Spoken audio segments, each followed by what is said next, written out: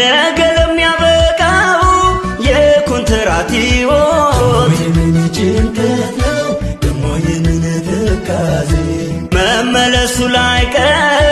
ሰው ወደ መጣበት ደሞ የምን ጭንቀት ነው ደሞ የምን ትካዜ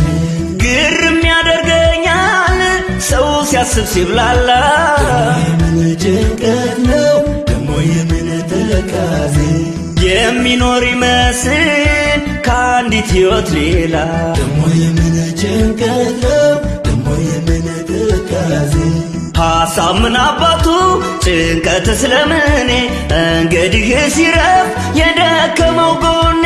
ዓለም 9 ናት በዛ ላይ ጎደሎ ታዲያ እንዴት ሰው ያዝናል ለዚህስ ጊዜ ብሎ ሰው ሁሉ ሞኝ ነው የሩቁን ይመኛል ከላይ ካልታዘዘ